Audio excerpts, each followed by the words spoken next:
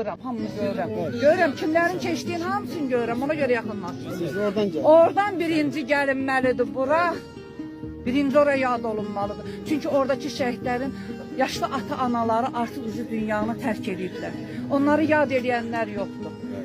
Birinci oranı xalq olaraq, birinci oranı yad eləməliyik. Çünki o cığırı onlar açıb. Sizlərin hansı birlərinizsə ya atası, ya dayısı, ya əmisi o müharibədən ya şəhiddir, ya qazidir, ya veterandır. Düz deyirəmmi? Ona görə də birinci ora, orada baş əyməliyik hamımız. Çünki o məzarlıqda mən də bir nişanlı dəfn eləmişəm. 19 yaşımdan bu qara örpək başımdadır. Yad eləməliyik onları. Çünki nakamdırlar. Onlar mütləq yad olunmalıdır. Azərbaycan 3000 dənə şəhidi yoxdur.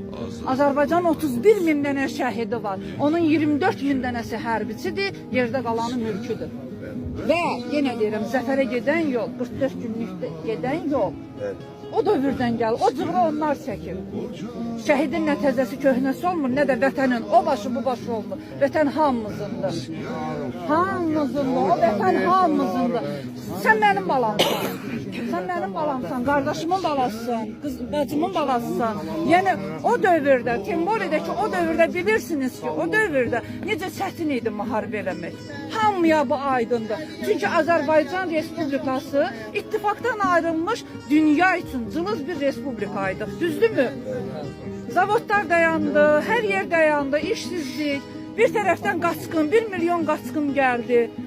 Həmən vaxtda orduda olan əskərlər bilmirdi ki, ailəsini hara gətirsin, yerləşdirsin və onları nə ilə təmin eləsin. Bir də ki, bir dənə silah 5 nəfərə, 10 nəfərə baxırdı. Amma indi Allah'a şükür silahlandıq və sizlərin də dalında xalq durdu. Düzdürmü? Dəstək durdu. Şəxsən mən özüm 44 günlükdə həm işimlə bağlı olaraq, həm özüm bir vətəndaş kimi bir şəhid əmanət, daha doğrusu şəhidlər. Mənim 3 şəhidim var. Biri nişanlımdır, 94-cü ildə nişanlım şəhid oldu. 10 ildən sonra ailə həyatı qurdum öz əmim oğlu ilə, o da qazi şəhiddir və əmim də şəhiddir. Qardaşlarım, qaynlarım hamısı qazidirlər, veterandılar. Yəni bu ailələr bizim belə bir üstüdür ki, hamının bacasından çıxıb. Bura ayrı seçkilik qoymaq olmaz ki, Ağdamlı geçsin beləsin, Bakı belə eləsin, Şirvan beləsin, yox. Vətən hamımızındır. Biz bu gün hamımız birləşirik. Çünki bu balaları bizlər dünyaya getiririk. Bundan sonra da biz yenə dünyaya oğlanlar gətirəcəyik. Amma dursunlar sərhədlərimizdə, sağlam dursunlar. Müharibə olmasın. Bu uşaqlar müharibə nədir bilməsin. Bilməsin. Gələndə şüar səsləndi. Biz o şüarı boş-boşuna səsləndirmirik.